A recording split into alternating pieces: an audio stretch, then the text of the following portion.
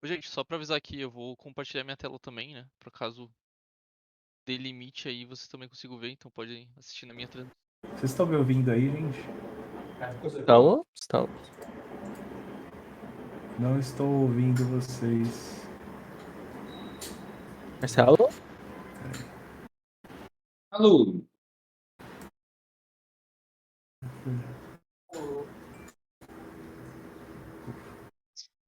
Vocês estão me ouvindo aí, gente? Não Estamos estou sim. ouvindo Sim. vocês.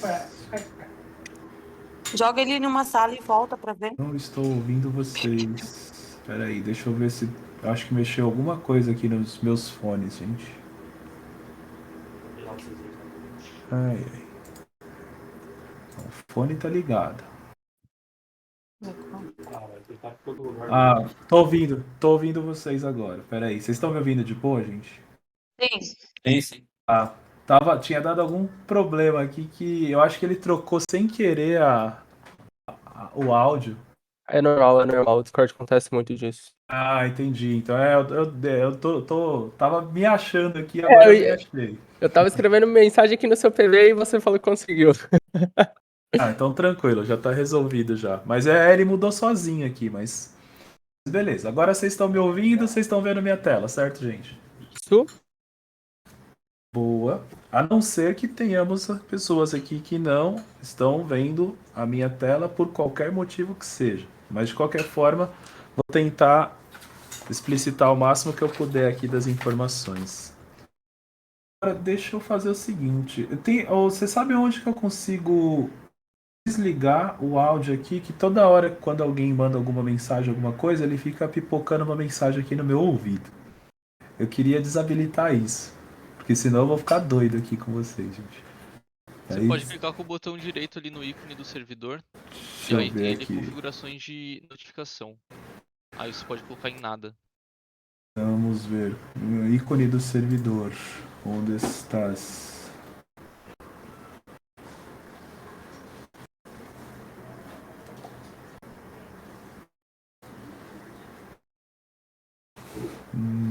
Não achei, gente. Aqui à esquerda, é isso? Clica com o botão direito ali e aí vai. Mas ali aonde? Ali é aonde? Vamos começar a trabalhar a acessibilidade, gente. Vamos lá. Aí, ó. Ali é aonde?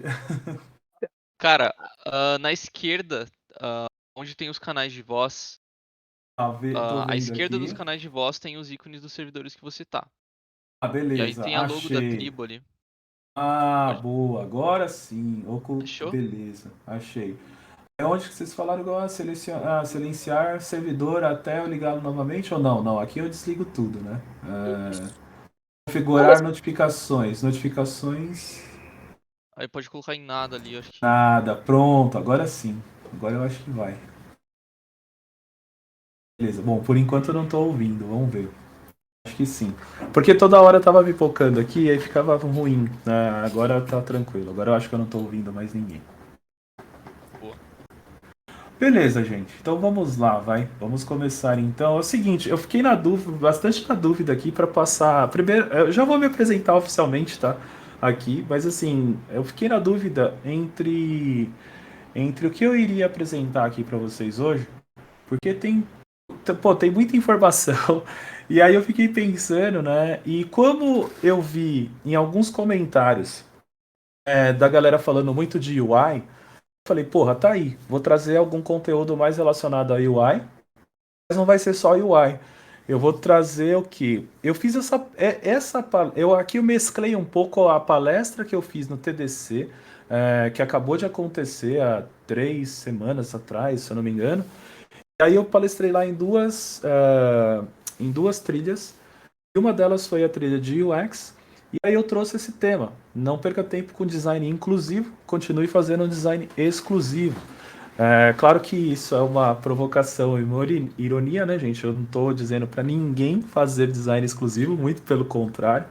Mas eu decidi trazer um pouquinho dessa apresentação e aí acrescentei algumas coisas que eu utilizo nas minhas aulas ali do curso Access Boost também. Não sei se aqui tenham alunos que estão aqui. Se tiver, provavelmente, e se já viram essas partes dessas aulas, vai ver algumas coisas repetidas. Eu só vou trazer ali de uma forma diferente.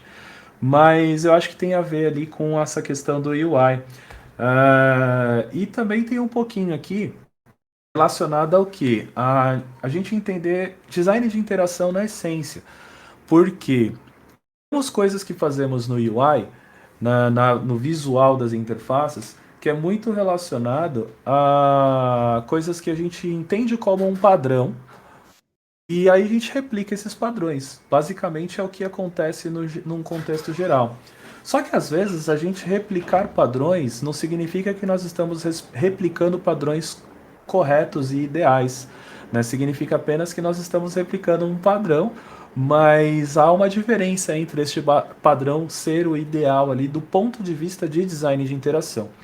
E por que design de interação é essencial para a acessibilidade? Porque quando a gente lida com acessibilidade, nós estamos lidando com outro contexto que é a interação humano-computador. Como as pessoas interagem com máquinas, como as pessoas interagem com as coisas, com os objetos, né? Tipo, eu sei que aqui tem muita gente aqui que são mais jovens, vamos dizer assim. Eu tô nos meus 44 anos já, tá, gente? Então, assim, não tô falando assim, não sei o que, lá veio o velhão falar aqui pra gente o que tem que fazer e tudo mais. Não, pelo contrário, gente. O que acontece? O que eu tento trazer em aulas e tudo mais é a gente focar muito em conceitos específicos do design, né? Conceitos do design propriamente dito. Ferramentas são muito legais e são úteis. A gente está tendo a polêmica atual aí da ferramenta do Figma, da compra do Figma pelo Adobe e tudo mais. Eu sempre digo para as pessoas que assim, quando a gente foca no contexto real do que precisa ser pensado no design, a gente não nem a gente fica totalmente alheio às ferramentas, gente. Se uma ferramenta A ou B deixar de existir e tudo mais, não vai ser um problema para quem entende os conceitos, porque ele vai conseguir facilmente se adaptar a uma outra ferramenta e assim vai indo. Então, quando a gente entende os conceitos na essência, e eu não estou falando aqui sobre faculdade, isso é outro ponto também aqui, que sempre tem aquela polêmica, não preciso fazer faculdade. Gente, primeiro ponto, eu sou professor ferrenho de faculdades, quem puder fazer, recomendo o máximo, tá? Mas entendo claramente as escolhas e também não, às vezes não é uma questão de escolha, às vezes é uma questão de realmente a pessoa poder ou não fazer. Independentemente de você fazer ou não, o que importa são os estudos. E assim, você pode sim correr atrás ali da informação por conta própria. A questão é que quando você está na faculdade, você vai fazer coisas chatas e que você não está afim e que no futuro você vai perceber que aquilo é importante. Quando você aprende por conta própria, você só aprende aquilo que você acha legal. Você não aprende as coisas chatas que são essenciais para algumas situações futuras que você vai enfrentar. Então, e claro, e entra outros processos também, networking e tudo mais, mas nem vou entrar nesse detalhe. Hoje eu estou tentando trazer aqui um pouquinho para vocês uma questão relacionada a esses conceitos e a esses contextos. Por quê? Porque é importante a gente entender o design na essência muito além das ferramentas. E é isso. Feito toda essa introdução, vou me apresentar de uma forma um pouquinho diferente aqui, que seria através de uma linha do tempo. É essa agora que vocês estão vendo na tela. Quer dizer, eu acredito que estão. Só me confirmem se passou o slide, gente. Sim, Aqui passou. passou. Então tá bom. Porque pra mim... tá vendo? Apareceu... Agora eu vi aqui a janelinha. Ele tá pedindo para alterar o, o áudio. Vou colocar aqui não altere e não me enche o saco mais. Pronto. Pronto, agora sim. Tô me adaptando ao Discord, tá, gente? Eu usei ele há muito tempo atrás, mas eu não tenho o costume de usar, então interfaces a gente vai se adaptando ali no contexto. Mas eu gostei porque eu já percebi que ele está trabalhando muito forte na acessibilidade. Vou até utilizar ali como base de estudos para exemplos de aula. Depois a gente fala sobre isso também. Mas vamos lá.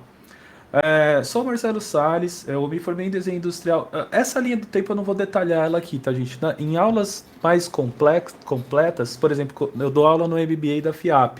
Lá eu detalho tudo isso daqui para a galera entender os relacionamentos. Aqui hoje eu vou fazer de uma forma bem mais rápida, tá? Só para a gente ir direto mesmo ao ponto ali que interessa, que é o contexto. Para quem quiser depois saber mais, o meu site pessoal é o marcelosales.org, lá tem uma série de referências ali, links de tudo mais. Mas só para vocês entenderem, eu me formei em desenho alguns relacionamentos que são importantes. Por quê? Porque as pessoas sempre me perguntam sobre como que hoje eu atuo com acessibilidade e entendo bastante sobre diferentes aspectos ali relacionado a ela, do ponto de vista de design, do ponto de vista de código, do ponto de vista de um monte de questões relacionadas. E aí entender esse histórico da minha vida pessoal faz sentido e permite com que as pessoas compreendam o potencial das relações que a gente tem no decorrer da vida e dos aprendizados. Porque é muito comum também as pessoas hoje quererem aprender tudo para ontem, gente. Não acontece. Você pode comprar 50 milhões, você pode ser colecionador de cursos, e nós temos colecionadores de cursos aí. Você pode comprar 50 mil cursos, mas não adianta se você não botar em prática. Você tem que botar em prática e a prática, às vezes, demora tempo para você desenvolver todo aquele conhecimento. E hoje em dia, a gente sabe que tem muitas pessoas que não têm muita paciência para esse tempo, mas é muito importante ter tudo isso porque essas coisas que a gente que eu vou mostrar daqui a pouco para vocês, tem muito a ver com esse entendimento do relacionamento que você tem com a aplicação prática, com os erros que você vai enfrentar, com a validação daquilo que você está aplicando, com a revalidação, reconstrução, aprendizado, faz parte de um processo, e esse processo às vezes não é tão rápido quanto a gente almeja, tá, gente? Então vamos lá. Um resumão dessa linha do tempo. Eu me formei em desenho industrial em 2002 pela São Judas, aqui em São Paulo. E antes, só que qual que foi o diferencial aqui? Antes de eu fazer desenho industrial, eu fiz colegial técnico em processamento de dados. Então essa base do técnico, eu aprendi muitas linguagens de programação nessa época, gente. Eu mexi com Pascal, com Clipper, com Visual Basic, com C++, com... ah, putz, agora até esqueci até as linguagens que eu trabalhei, mas eu trabalhei com tanta linguagem ali no passado que isso me deu uma bagagem muito grande. Quando eu me formei em desenho industrial, em 2002, gente, pra vocês terem ideia como faz tempo isso ainda, 80% da turma ainda ia para o design gráfico, né, desenvolvimento de marcas, desenvolvimento de embalagens, muitas pessoas iam ainda. 20% só ia para o digital. Hoje em dia, praticamente 100% vai para o digital, né? Naquela época, somente uma parcela bem pequena. E eu fui para o digital graças ao fato de eu ter feito o colegial técnico em processamento de dados. E o que foi diferencial nessa fase? Eu tenho certeza que alguns de vocês devem participar das velhas discussões do tipo, será que o designer precisa saber programar? Eu sempre falo o seguinte, gente, precisar, não precisa. Mas se você tiver uma base de conhecimento, isso vai te ajudar muito. Você pode ter certeza disso, que vai te ajudar pra caramba. Pra mim, me ajuda demais em vários processos, em várias situações. E hoje, se eu falo com uma facilidade muito grande de acessibilidade para vários pontos, é muito devido a esse conhecimento ali no passado. Nessa época, se tivermos pessoas assim, vamos dizer, com um pouquinho mais de idade aqui, como eu também, e pegou esse período, foi a época de ouro das agências de design e publicidade, e eu peguei essa época, cheguei a trabalhar na DM9, cheguei a trabalhar na DPZ, em agências bem conhecidas ali. Eu era o webmaster, ou web designer, o cara que fazia literalmente tudo. Isso também me deu uma bagagem muito grande. Hoje em dia a gente está muito segmentado, né? O UI faz UI, quem está lidando com a experiência pesquisa vai trabalhar com pesquisa, etc, né? A gente está quase como uma linha de montagem. Só que nessa época a gente tava todo mundo aprendendo, a gente meio que se virava ali nos 30 e tudo mais, e isso me ajudou também a ter uma visão holística. Detalhe importante, nessa época eu não falava de acessibilidade, tá, gente? Eu peguei alguns projetos de acessibilidade ali porque eu vi, já se falava do tema, mas é claro que não como hoje. Então eu praticamente só lia. Ah, putz, que coisa interessante. E seguia em frente, fazendo as minhas coisas como se não existisse esse negócio. Olha lá, eu acabei de ver aqui. Eu vou habilitar o chatzinho aqui, que aí eu consigo ver o que vocês estão comentando às vezes aqui. Eu não vou conseguir olhar direto, tá, gente? Senão me desconcentra um pouco. Mas eu vi que alguém levantou ali. A Karina mandou ali, ó. Já tô no 4.5. Você vem dessa época, Karina. Tamo junto. Enfim, eu trabalhei em muitas agências. Entrei no mercado corporativo em 2008 no Itaú. e entrei como desenvolvedor front-end, gente. Essa foi a minha primeira migração de carreira. Eu já estava indo para uma senioridade ali no design. Eu já trabalhava 7, 8 anos com design e eu já estava chegando no nível de sênior ali. Sinto informar, não existe sênior de 2 anos, tá, gente? Pode existir o cargo sênior de 2 anos, mas uma pessoa sênior de 2 anos não existe. Aí o que que acontece? Eu estava indo para senioridade ali, trabalhando já uns 7, 8 anos com design, e aí eu fiz a minha migração de carreira. Virei desenvolvedor front-end júnior no Unibanco. Trabalhei como ali eu já estava já nos meus 20 e poucos anos já, tá, gente? Aí eu voltei como desenvolvedor front-end júnior e atuei como isso. A minha ideia era o quê? Ficar um aninho só e ir para o time de design. Mas o que que aconteceu? Houve a fusão com o Itaú. Eu tinha entrado no Unibanco, tá? Houve a fusão com o Itaú e nessa fusão, cara, destrambelhou tudo lá. E aí eu fiquei 6 anos como desenvolvedor front-end. Só fui migrar para UX novamente em 2014. Mas para mim isso foi muito bom, por quê? Porque foi um período de muito aprendizado. Eu foquei, por exemplo, 3 anos da minha carreira dentro do Unibanco, Itaú, como uma pessoa que focou em SEO, Search Engine Optimization, para quem não conhece, e eu ajudava a indexar melhor as páginas e mecanismos de busca. 3 anos focando nisso, gente, eu me especializei muito nesse tema. Hoje, quando a gente fala de acessibilidade, você tem um relacionamento com SEO também, então boa parte não são todas, mas boa parte das técnicas que você utiliza no SEO, você também utiliza em acessibilidade e vice-versa. Então, isso me facilitou bastante para quando eu comecei a falar de acessibilidade. Enfim, 2012 foi o ano que eu tomei porrada lá no Itaú. Eu estava no time de desenvolvimento. Lançamos o site itaú.com.br, fui num evento chamado Front in Sampa, um evento de front-end, e nesse evento 2 pessoas chegaram ao palco, Horácio Soares, que eu tenho certeza que alguns aqui conhecem, que hoje tem o Product Arena, e o Clécio Bacchini, que tem um estúdio de tecnologia chamado Soyuz. E o que que acontece? Os dois chegaram no palco e desceram o cacete no site do Itaú. Esse vídeo está disponível no YouTube. Eu compartilho o link aqui com vocês. Se eu for pegar agora, eu não vou achar. Mas eu tenho link aqui fácil para mandar para vocês. E é muito legal porque é uma aula do que não se fazer em sites e continua válido até hoje. E eu fui para casa com aquela dor e aquele sentimento de culpa, falando, poxa, por que eu não falei de acessibilidade, né? Eu me senti mal por conta daquilo. E foi a partir dali que eu comecei a trabalhar com esse tema. Levava esse assunto para dentro. Desculpa.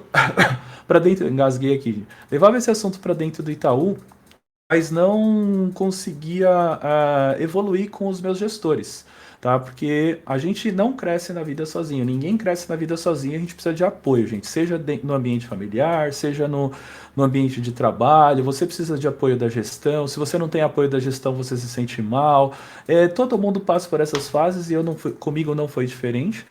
E o que eu acabei fazendo por receber muitos nãos ali? Se hoje já é difícil você aplicar acessibilidade e priorizar o tema, imagina nessa época, em 2012, que nem tinha lei, a gente tinha decretos, não tinha legislação ainda, que ela só foi publicada no Diário Oficial em 2015. Então o que acontece?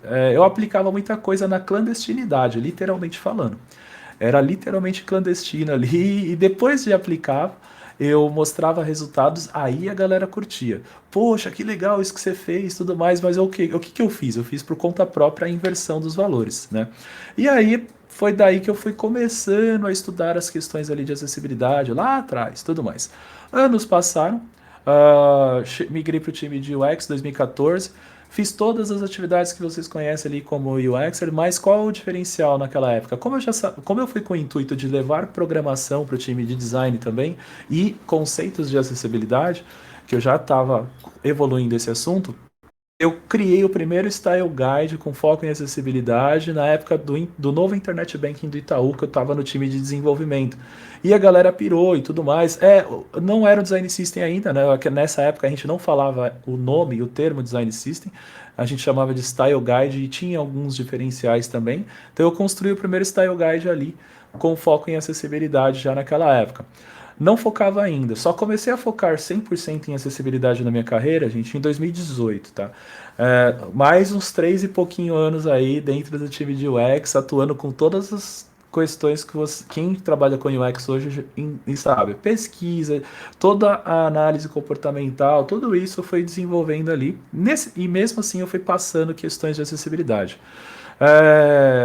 Eu já começava já a desenvolver um trabalho mais aprofundado desse tema, mas eu ainda não trabalhava 100% com esse tema dentro do Itaú.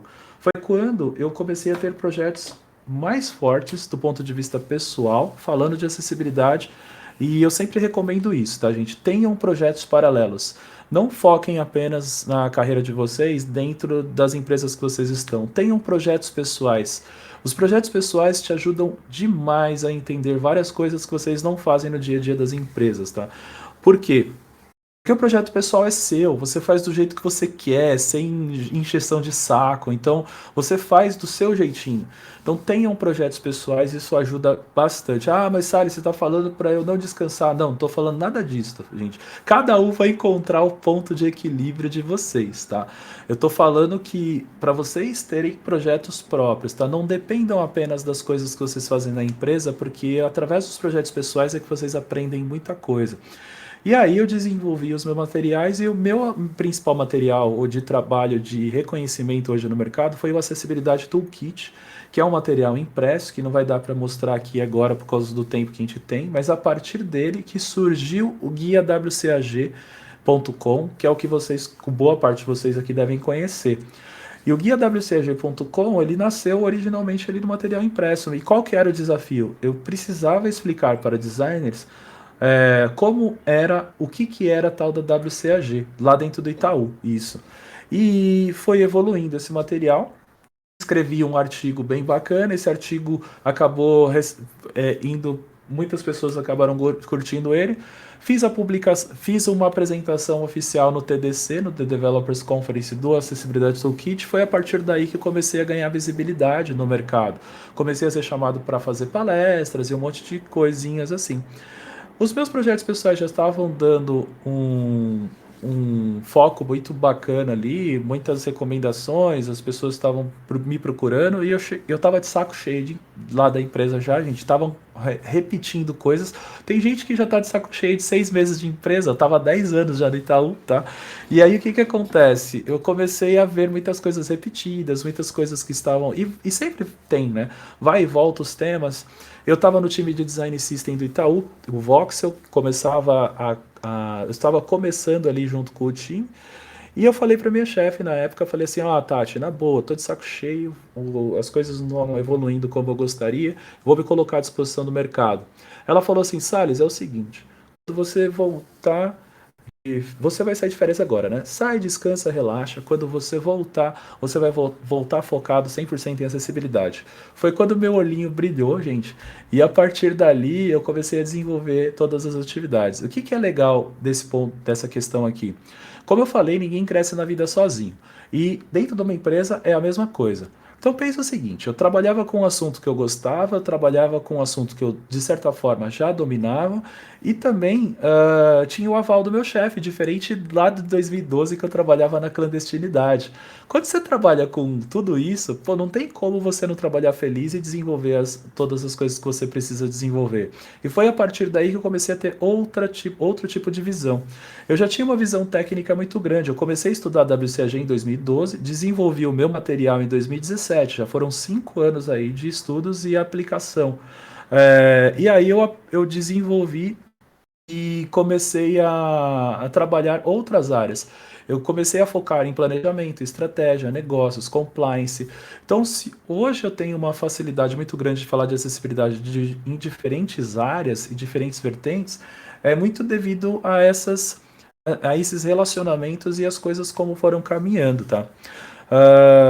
E assim foi evoluindo. Eu recebia vários convites para trabalhar em outros lugares, não aceitava porque eu estava num projeto muito forte lá dentro, até que eu aceitei um dos convites da Raia Drogasil e fiquei 1 ano e pouquinho lá na Raia Drogasil.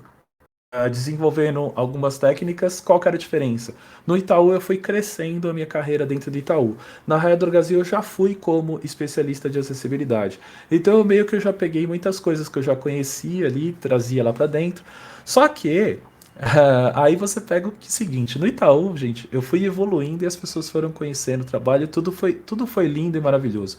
Na Raia Drogasil, eu estava passando pelos mesmos processos, mesmos problemas de dificuldade de chegar na diretoria e tudo mais, mesmo tendo ali alcunha de especialista, e eu tinha coisas que era bem complicado, algumas discussões bem fervorosas, e eu falei, cara, não vou ter saco para passar por tudo isso de novo. Nesse meio tempo, eu lancei o meu curso, o Access Boost, que alguns também devem conhecer. Consegui uma capitalização legal ali em termos financeiros, sim. Tá? O curso ele me ajudou nisso e acabei tendo uma coragem de sair e abrir a minha empresa. Então hoje eu estou com a empresa tudoeacessibilidade.com.br, já estou com alguns clientes bacanas também. O escritório fisicamente está sendo construído e fica ali em frente o estádio do Palmeiras, o Shopping Bourbon. Eu sou corintiano, tá, gente? Mas o meu calhou do meu escritório ser em frente ao estádio do Palmeiras ali.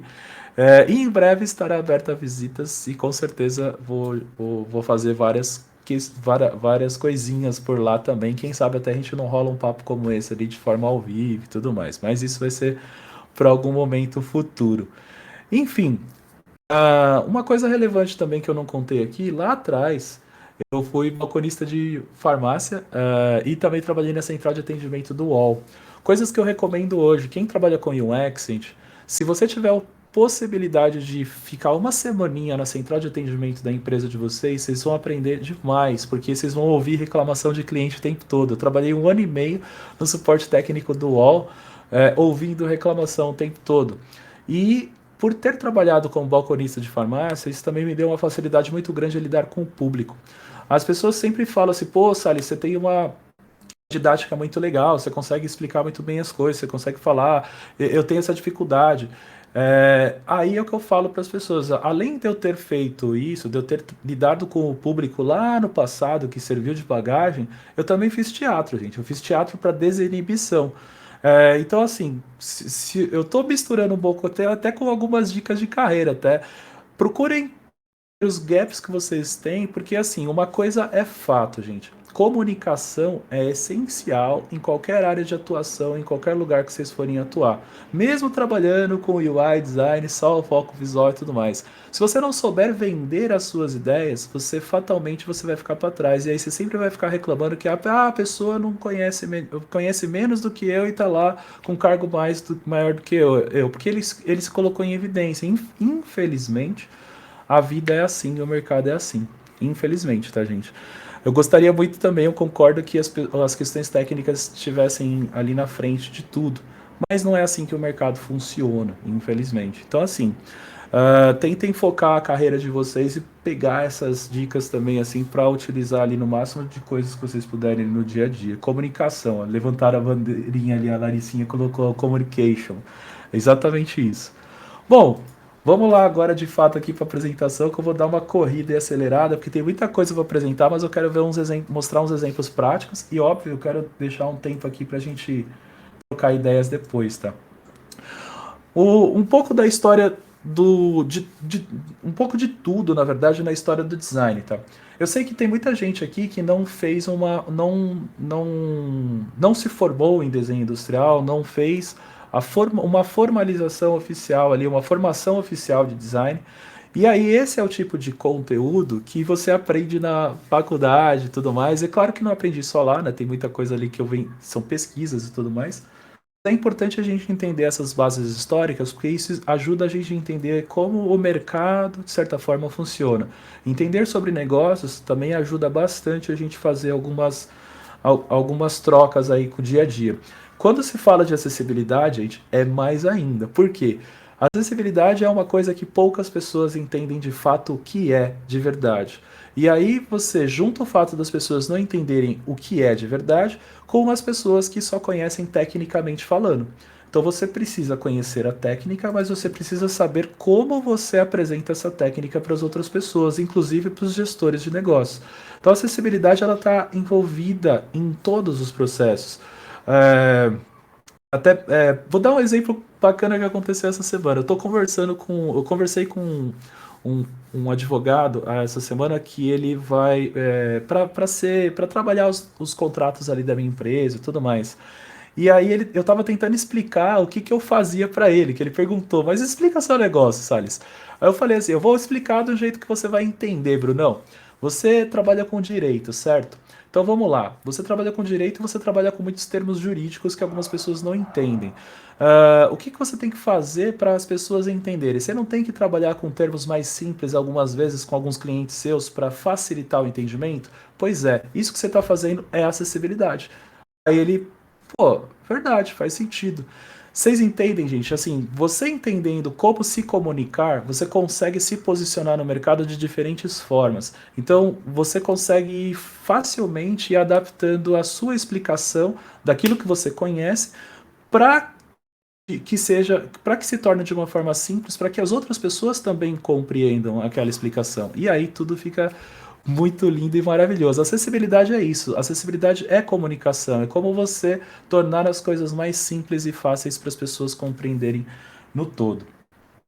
Falando da história do design propriamente dito, né, desde quando a vida é vida, a gente faz design, gente. Pré-história e antiguidade, né? Quando a gente começou a descobrir tudo, desde a descoberta do fogo, literalmente falando, os povos surgindo, o surgimento da escrita, os processos de engenharia, na construção das pirâmides, gente, tudo isso já era design. Só não tinha o nome design, basicamente. Né? E aí a gente pega um período depois que foi a Revolução Industrial e o mundo moderno. Em 1880, ó, devido a mecanismos ali a mecanização dos processos que eram efetuados ali no tempo todo, aí um tal de William Morris, né, defendeu a arte feita pelo povo e para o povo. Isso já era o princípio ali do design como a gente acabou conhecendo depois no futuro. Em 1919, alguns aninhos depois, né, com o Walter Gropius, surgiu a Bauhaus, que é tida como a escola que originalmente fundou o design como a gente conhece hoje. E o foco inicial era saber fazer valorizando o artesão.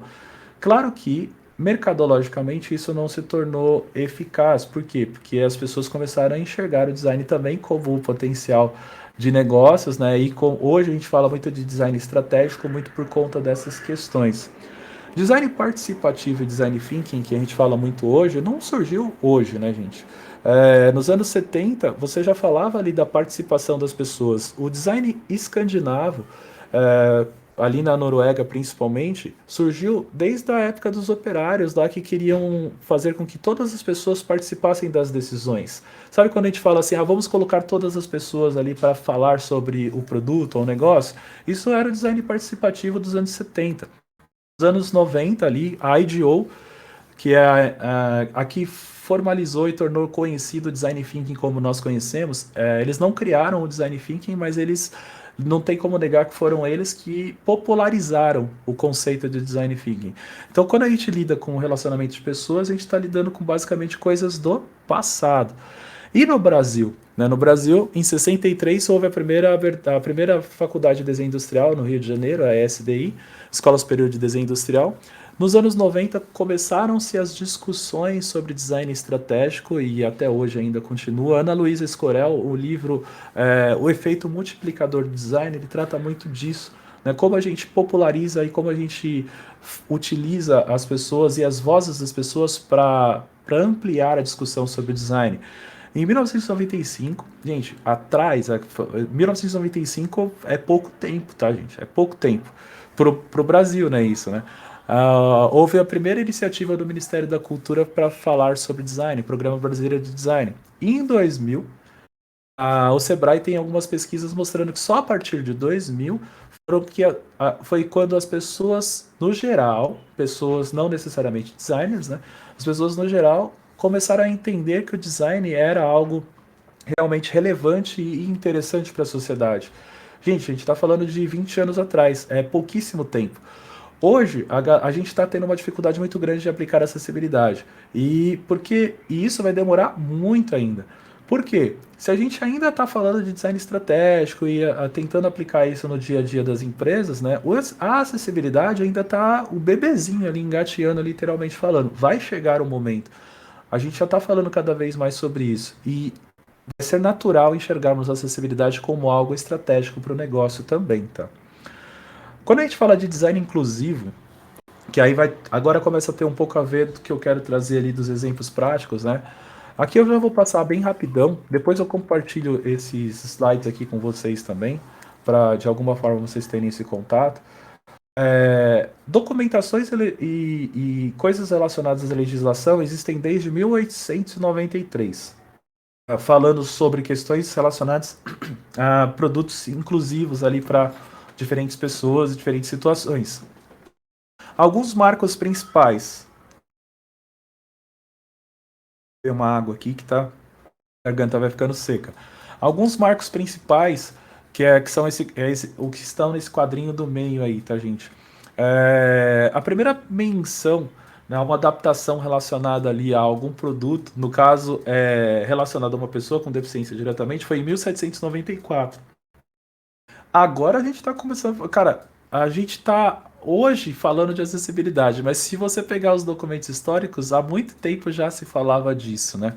E tem várias situações. Só em 1987 a gente falou de design universal. O Ron Mace foi quem criou o termo, e só em 1994 a gente falou sobre design inclusivo. O Roger Coleman foi a primeira pessoa a mencionar esse termo em um livro. No Brasil, as recomendações assim também são bem recentes. Por que eu estou contando toda essa história?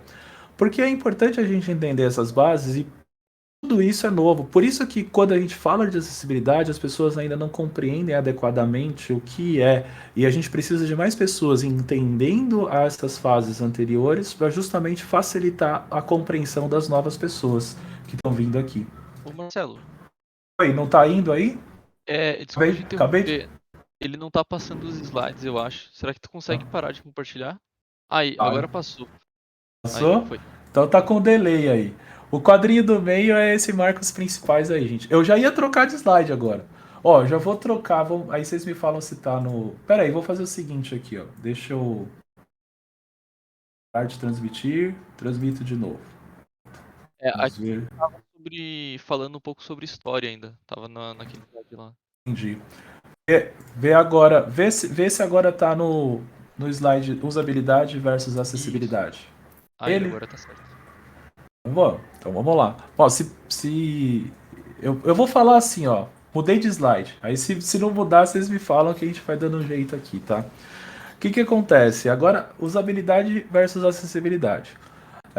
O que está agora na tela é um texto da Leonie Watson. A Leonie Watson é uma das maiores especialistas em acessibilidade no mundo. Ela se tornou cega por conta de complicações devido a diabetes, tá, gente? Ela é designer. E ela foca bastante nessa questão. O interessante é que ela é designer, mas ela também conhece muito, muito de programação. E dificilmente você vai ver grandes especialistas de acessibilidade que não conheçam as duas áreas, tá, gente? Vai conhecer todos os especialistas, pelo menos que eu tenho ali em nome, entendem muito bem de design e também programação. Eles estão sempre mesclando os dois mundos, porque você precisa entender os dois mundos, tá? Esse texto que está na tela faz parte de uma entrevista que ela deu para a revista UX Magazine de 2012, tá? E o link também eu acabo compartilhando depois com vocês. Ó. As pessoas geralmente se sentem limitadas quando você menciona a acessibilidade. Surgem visões de sites somente com textos, designs monocromáticos e conteúdos estáticos rodam em suas mentes. Seus dentes rangem e as desculpas começam a ser preparadas, as batalhas começam. A realidade é que a acessibilidade é simplesmente uma parte fundamental do UX. Uma experiência digital verdadeiramente notável que envolve uma fusão entre acessibilidade, usabilidade, criatividade e tecnologia. O truque é que, para se construir essas coisas com sucesso, há que se ter um conjunto de habilidades e conhecimentos. A boa notícia é que a acessibilidade é como olhar a usabilidade com uma lupa. Se você está pensando em uma boa usabilidade, é provável que esteja pensando também em uma boa acessibilidade. Provável porque isso não é garantido, tá, gente? Mas normalmente quando você se preocupa com uma coisa, você indiretamente acaba se preocupando com outra também. Por que eu estou trazendo isso daqui? Há uma linha muito tênue entre a diferença de usabilidade versus acessibilidade. No slide que está agora, que eu estou até passando mais rapidamente, o slide que deve estar aparecendo para vocês, ou deveria estar aparecendo, é o slide relacionado à usabilidade. Aí o que acontece? Um pensamento rápido de usabilidade. É um atributo de qualidade, literalmente falando. A gente está meio que avaliando e promovendo a facilidade de uso, melhor uso de determinadas aplicações, e a gente faz isso através de alguns métodos específicos, né? Metodologias que a gente pode utilizar ali no dia a dia, justamente para melhorar o uso de determinadas situações ou determinados produtos pelas pessoas. Quando a gente fala de acessibilidade, agora eu mudei o slide, ele também é um atributo de qualidade, mas aqui a gente está focando no acesso. A usabilidade ela permite que as pessoas utilizem melhor as coisas. A acessibilidade permite com que as pessoas acessem as coisas. Às vezes nem acesso elas têm. Então, às vezes a gente mescla as duas situações, na maior parte dos casos, na verdade, mas tem diferenças fundamentais. Vou utilizar uma das diferenças aqui vou exemplificar através de um vídeo que não vai ser transmitido o áudio aqui agora, mas é só o videozinho. Não sei se vai transmitir aqui no Discord, efetivamente o vídeo aqui do slide, mas é um vídeo do YouTube. Na verdade, assim, quando a gente está no YouTube editando, traduzindo ali colocando uma legenda no filme, o fato da gente habilitar a legenda permitiu com que algumas pessoas acessassem aquele conteúdo, que talvez não estejam ouvindo por N motivos. Quando você disponibiliza um recurso de traduzir essas legendas, como o YouTube faz, você amplia o acesso para mais pessoas. Então, tudo isso, habilitar a legenda e fazer a tradução das legendas é acessibilidade. Quando você edita as configurações dessas legendas, por exemplo, colocando um texto amarelo, colocando uma fonte num tamanho maior, colocando um background para dar um contraste um pouco mais aprofundado. E aí você começa o quê? A trabalhar a usabilidade dessa informação. Então a mescla aqui com legenda seria isso. Né? Disponibilizar a legenda é permitir o acesso a mais pessoas. Fazer com que essas legendas sejam possíveis de serem editadas e configuradas, você está melhorando a usabilidade. E é aqui que nós temos essa principal mescla, né? Entendermos esses conceitos, essa linha tênue que separa o mundo da acessibilidade do mundo da usabilidade, faz com que a gente compreenda melhor o desenvolvimento dos nossos produtos num contexto geral, tá? Quando a gente expande essa discussão para design universal versus design inclusivo, que é o que está sendo exibido agora na tela, eu trago o contexto do design universal do Romance, que eu havia mencionado. Design universal é o design de produtos e ambientes para serem utilizados por todas as pessoas na medida do possível, sem a necessidade de adaptação ao projeto específico. O foco aqui é que isso foi criado, gente, há muitos anos atrás, mais precisamente ali nos anos 80. Tá? Se eu não me engano, 1986 foi a frase dele. E o que acontece? Nessa época a gente não tinha ainda internet, a gente não tinha ainda, pelo menos não publicamente, a gente não tinha ainda os produtos digitais como nós temos hoje. Então o contexto aqui é no produto físico, tá? O foco é no produto físico. O design universal, ele tem a sua origem no design industrial e no design arquitetônico.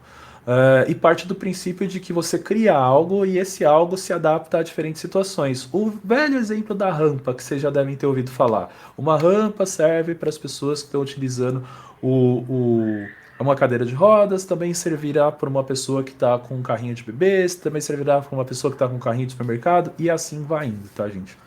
O design inclusivo, qual que é a diferença? O foco principal é na adaptação das pessoas. E aqui a gente não está pensando em criar um único formato que vai ajudar a maior parte das pessoas na medida do possível, como o Romance falou. A gente está falando de algo que vai se adaptar ao contexto das pessoas. Vamos pensar, por exemplo, em design responsivo. Quando eu lido com uma tela com design responsivo, eu estou lidando com essa questão fácil ali da adaptação do conteúdo para diferentes tamanhos de tela. Então, literalmente, a gente está falando de design inclusivo. Claro que aí eu começo a entrar em outros detalhes, né? Será que aquele layout que você está trabalhando, além de trabalhar com telas menores e maiores, funciona também com tecnologias assistivas? Né? A pessoa utilizando um leitor de telas e assim vai indo. Então, o design inclusivo, ele faz com que a gente adapte as coisas ao contexto da pessoa no dia a dia. Se a gente pegar as referências principais e o comparativo, né, de criação de produtos e serviços pensando na individualidade versus a coletividade e também pensando na simplicidade versus a flexibilidade, aí a gente começa a entender que um produto que foi criado para uma única pessoa, ou o design exclusivo, né, vai ser muito mais simples do que aquele produto feito para muitas pessoas, ou o design inclusivo. Então é óbvio que aumentamos a complexidade das informações. Aumentar a complexidade exige-se mais pesquisas, mais tempo de desenvolvimento, né? E assim você entrega produtos melhores para as pessoas. Sim, envolve custos, mas uma coisa fundamental é que eu ouço muito assim: ah, acessibilidade custa caro. Não, gente, não é a acessibilidade que custa caro. Você trabalhar a qualidade do seu produto custa caro. Quanto mais qualidade você trouxer para o seu produto, mais caro fica. É simples, a vida é assim, né? Se você vai almoçar num restaurante barato versus um restaurante caro, você tem a questão relacionada ao atendimento, à qualidade dos produtos e tudo mais. Você vai comprar um carro mais barato, um carro mais caro. Você vai frequentar uma academia mais barata, uma academia mais cara. Tudo isso envolve fatores de qualidade e, consequentemente, está envolvido no preço. A acessibilidade não é diferente, mas não é a acessibilidade que custa caro.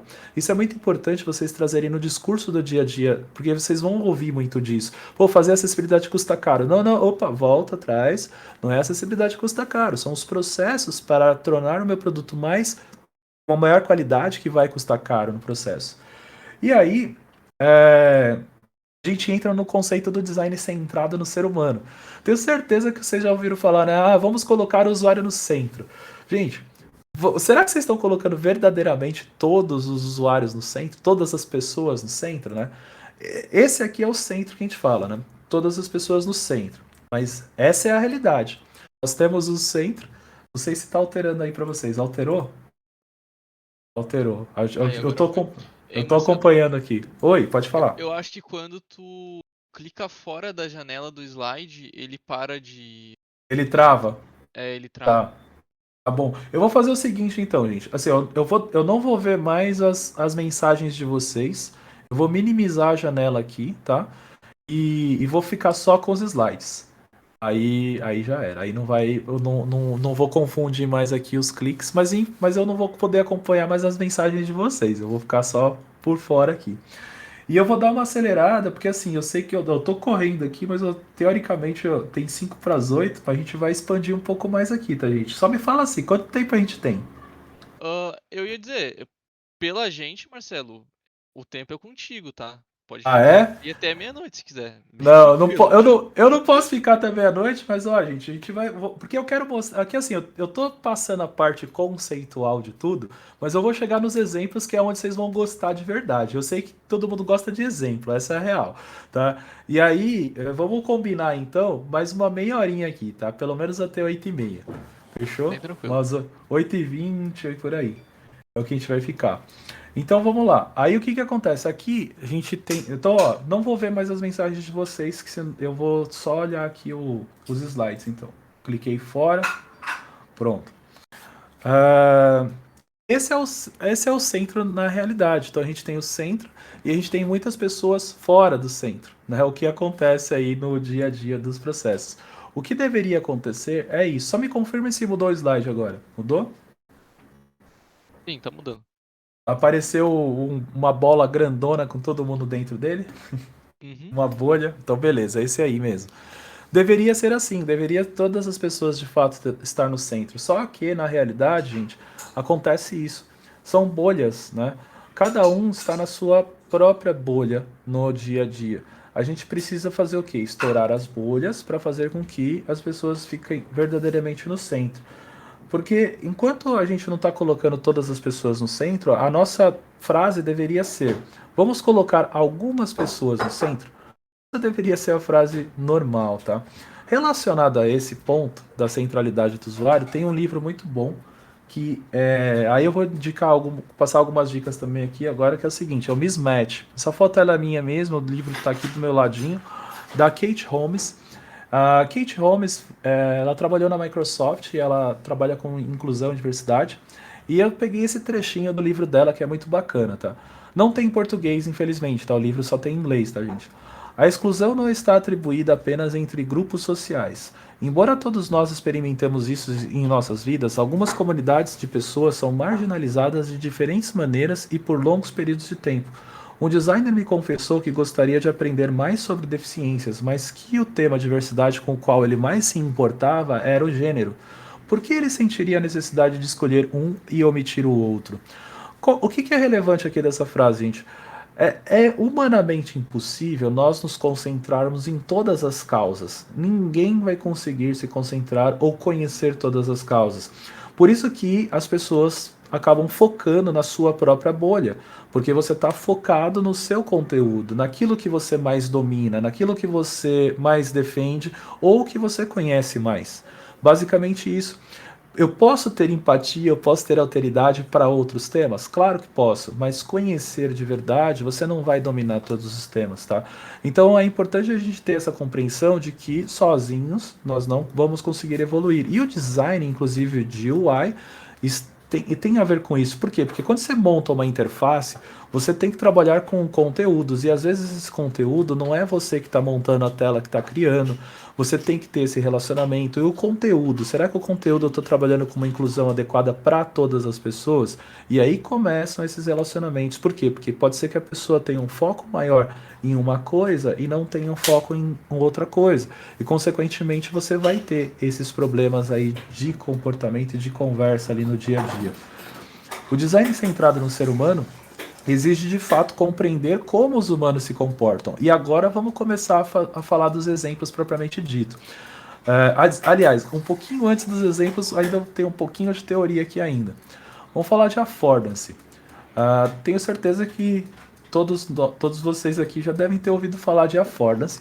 Pelo menos ouvido falar, já ouviram. E o conceito mais simples é aquela questão de você relacionar um objeto que você vê e você já sabe teoricamente para que serve o objeto. Por exemplo, você olha uma maçaneta de longe, você teoricamente já sabe que a maçaneta é para abrir uma porta. Teoricamente por quê? Porque, gente, existem possibilidades específicas das pessoas não conhecerem objetos. Pensem, por exemplo, aquelas pessoas que moram numa região afastada dos centros urbanos e vem pela primeira vez no centro urbano e chega e vê uma escada rolante. Cara, a galera pira na escada rolante, porque nunca viu uma escada rolante. Então é muito importante a gente entender esses contextos, porque, sim, nós não vivemos todos nós em centros urbanos, né? A gente precisa entender todos os contextos possíveis. Mas vamos lá. A affordance relacionada à vida foi primariamente publicada e pesquisada pelo James Gibson no livro dele, The Ecological Approach to Visual Perception, de 1979. Tá? Aí, na página 127 desse livro, ele tem vários trechinhos e eu peguei este trechinho específico desse livro.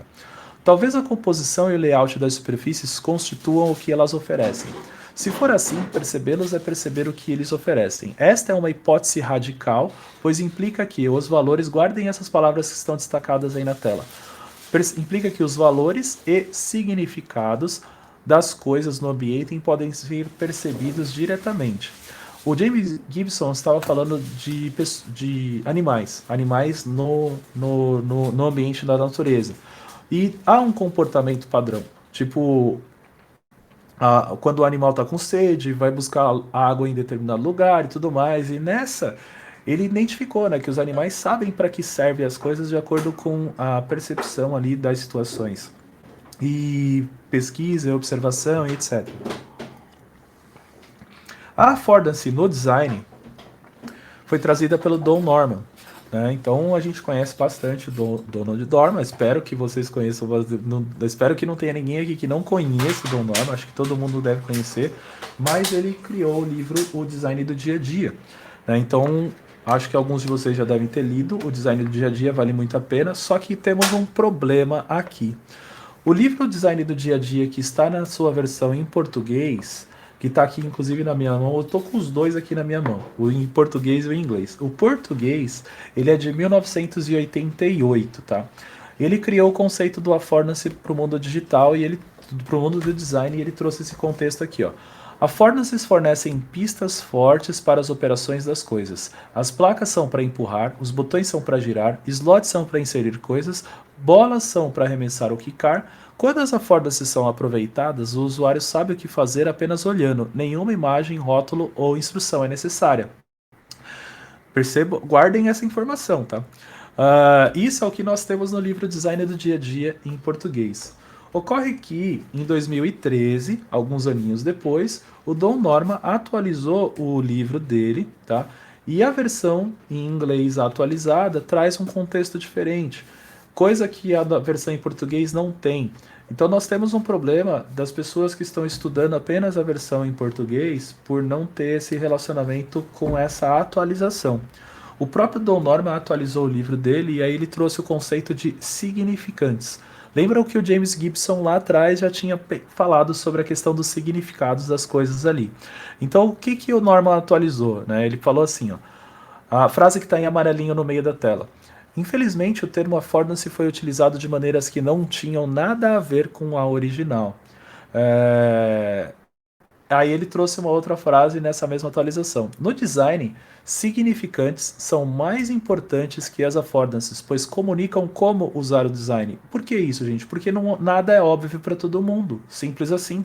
As coisas que você observa, você tem uma percepção. As coisas que a pessoa do seu lado observa, talvez ela tenha outra percepção.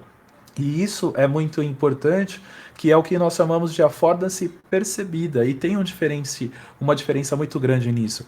É aqui que começamos a falar de acessibilidade de verdade, tá?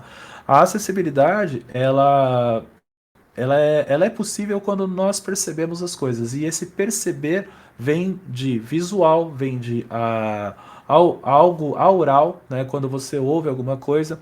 4 princípios da acessibilidade na WCAG.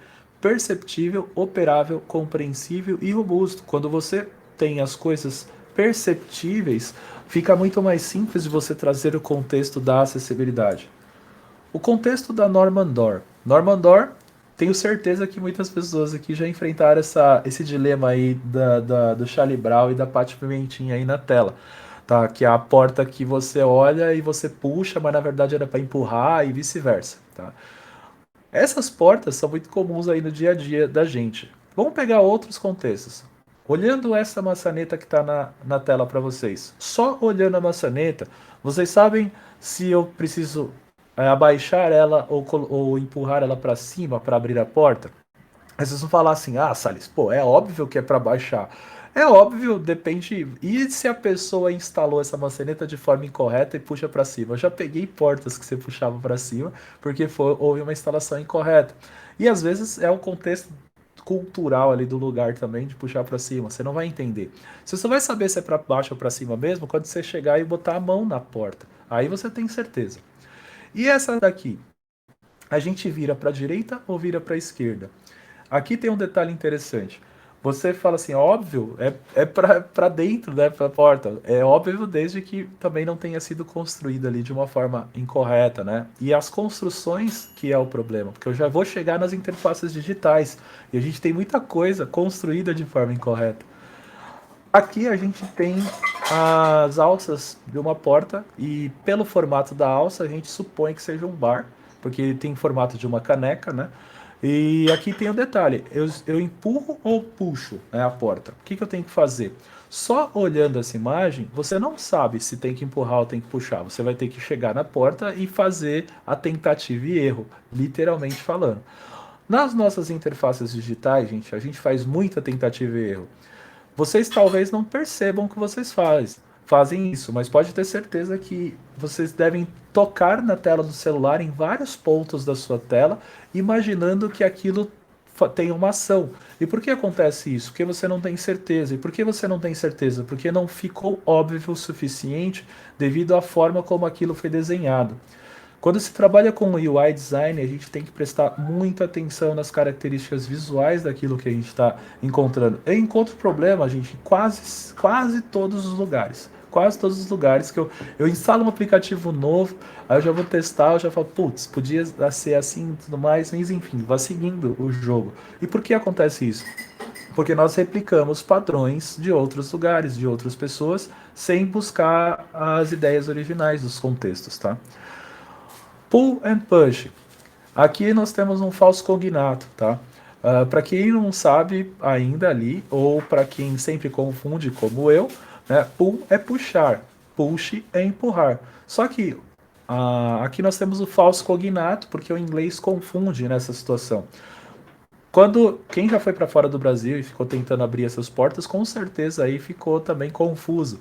Eu vou morrer, gente, confundindo pull and push, isso é fato. E quando a gente coloca os ícones? Agora ficou mais fácil, certo? Pô, agora tem o ícone, tem uma imagenzinha. Agora eu tenho certeza. Um é para empurrar e o outro é para puxar. Será que a gente tem tanta certeza assim? Vamos lá agora. Agora começa a ficar interessante o negócio. Por quê? Essas placas, elas não vão estar do mesmo lado da porta. Vocês estão vendo uma placa embaixo da outra aqui, no slide que eu estou apresentando. Mas na porta de verdade, gente, você vê um adesivo de um lado e o outro adesivo do outro lado, ou seja, de forma separada. Beleza. Quando você olha apenas um desses itens, um desses adesivos, com a imagem junto com a palavra, talvez fique um pouquinho mais fácil. O problema é que a ilustração nem sempre é clara o suficiente. Olhem só para a ilustração. A ilustração traz clareza suficiente se é para empurrar ou para puxar? Começaram a perceber que, dependendo de como é feito o desenho, ele também não ajuda muito a gente entender. Quando eu tenho os dois desenhos, fica fácil, mas não vai ser os dois que você vai ver de um dos lados da porta. Então, consequentemente, esse desenho também está confuso. O que a gente precisaria colocar aqui para dar mais clareza ainda para a pessoa? Uma setinha. Pronto, agora sim tá muito claro. Essa setinha tá empurrando e tudo mais. Mas aí você fala, pô, aí eu não preciso do hominho, né? Da ilustraçãozinha ali, da silhueta. Você bota só a setinha. Vocês perceberam que o design visual é complexo a ponto de você pegar as falhas ali nos detalhes? Quando você vai se aprofundando nesses temas, você consegue perceber falhas que você comete o tempo todo nas nossas próprias interfaces, tá? Então, o que é que a plaquinha está fazendo ali? Ela está fazendo o papel de significante, né? Que é você explicar como usar o design. Então, o Don Norman também trouxe essa atualização no livro dele. Affordances determinam quais ações são possíveis. Significantes comunicam onde a ação deve ocorrer. Precisamos de ambos. Vamos pegar exemplos práticos do dia a dia e aí depois para o primeiro exemplo oficial da interface aqui. Isso daqui é o interruptor que está na minha sala, tá, gente? Atrás de mim aqui tem uma parede amarela e esse é o interruptor. E por que eu instalei esse? Porque era o mais barato que eu conseguia conectar com a Alexa, tá? E aí a gente tem dois interruptores, em cima e embaixo. A minha sala é aquelas pequenas, meu apartamento é pequeno, tá, gente? 68 metros, né? E aí tem aquela sala de estar, sala de jantar meio conjugada, duas luminárias, né? Eu nunca decoro qual que acende o que, tá? Eu tenho que sempre apertar o de cima e o de baixo para ver qual luz está certa. Às vezes eu acerto, às vezes não, mas eu tenho certeza que vocês devem confundir isso também na casa de vocês, quem tem o interruptor duplo ali na sala e tudo mais.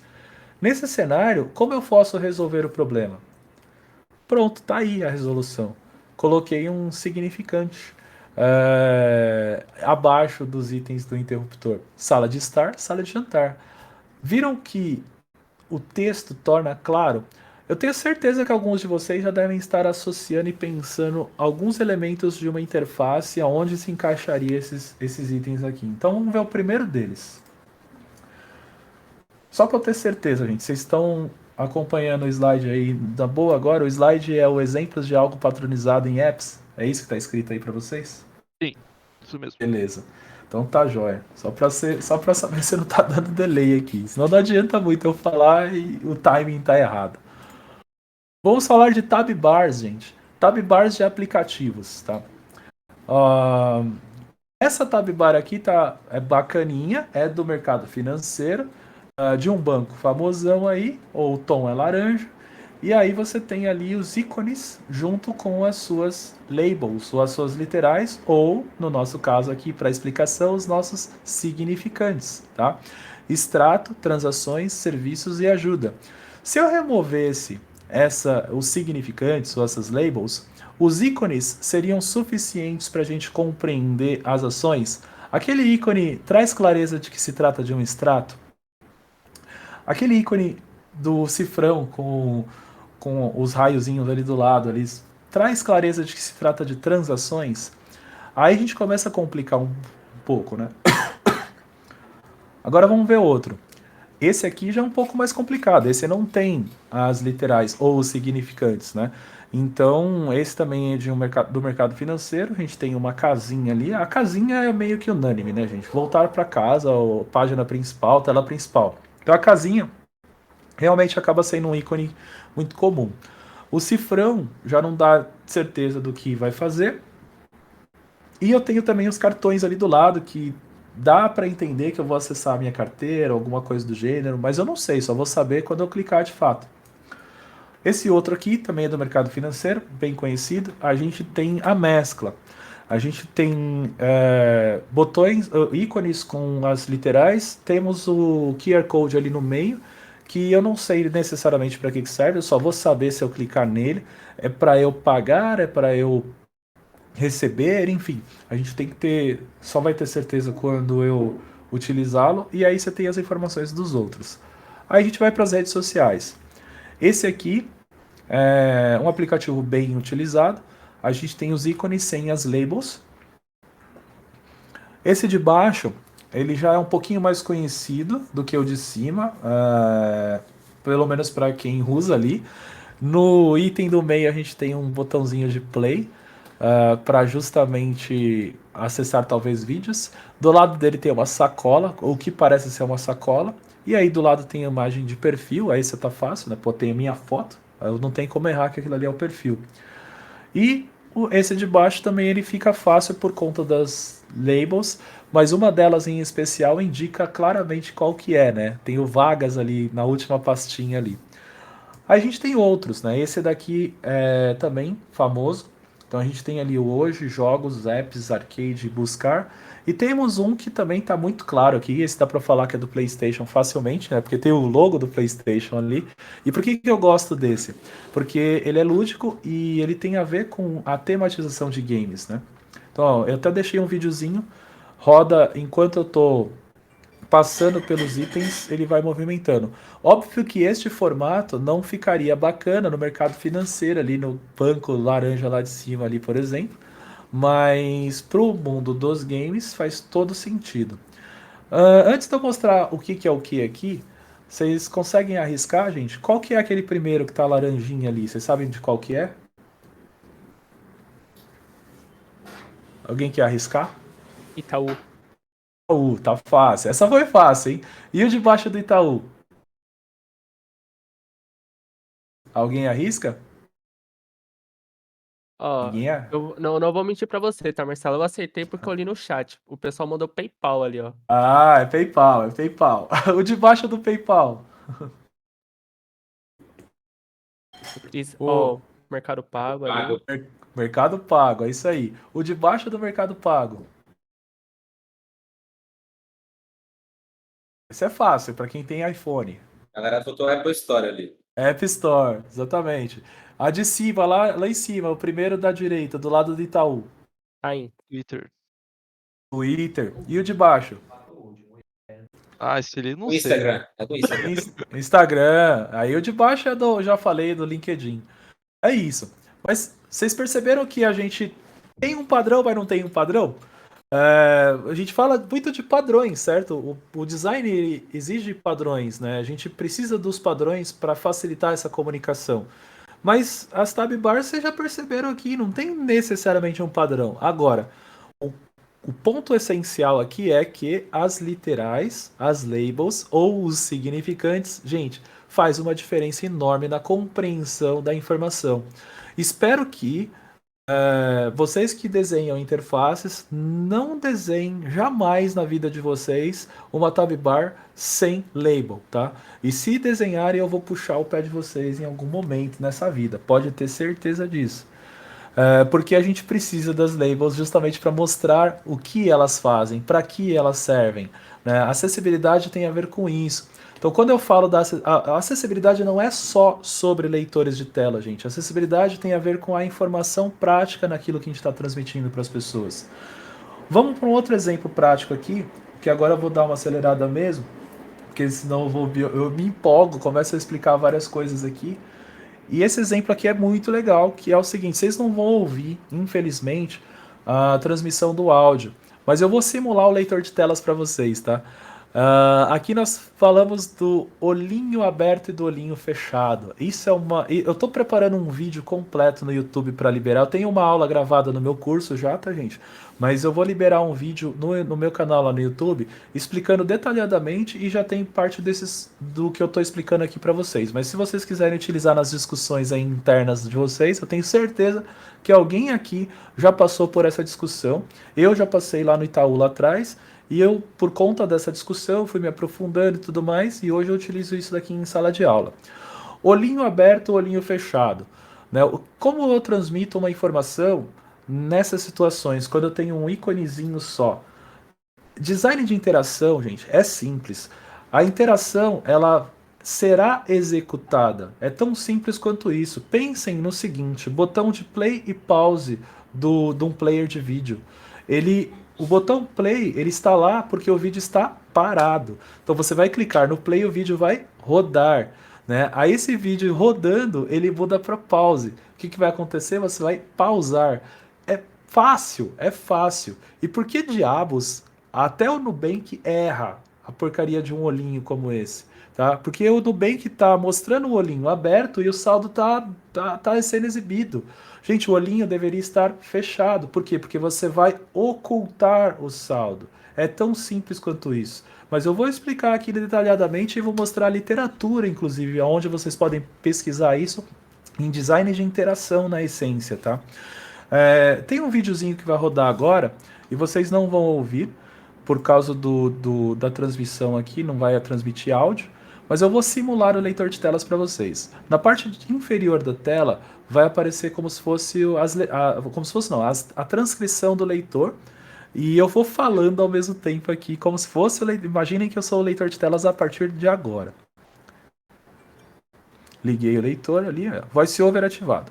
Nubank, perfil pessoa física, configurações, botão. Mostrar saldo, botão. Perfil pessoa física, mostrar saldo, botão. Esconder saldo. Mostrar saldo. Esconder saldo. Mostrar saldo. Ajuda, botão. Indicar novos amigos, botão. Ajuda, botão. Mostrar saldo, botão. Enfim, vocês perceberam que quando o saldo está ocultado, o olhinho fica lá fechadinho, desse jeito aí. Só que quando você habilita um leitor de telas é que você percebe como isso está errado, porque o leitor de tela está falando ocultar saldo e o saldo já está ocultado. A pessoa que está só ouvindo a informação e não vendo a informação, ela está se confundindo e tomando a ação errada, tá? Por quê? Porque está errado, interativamente falando. No Itaú, está correto, tá? Meu saldo não é esse, mas, gente, eu já paguei boletos, tá? Então eu tô aceitando Pix, para quem quiser me mandar Pix, mas basicamente o que acontece? Eu tenho ali o olhinho, percebam que tem um riscadinho no olhinho.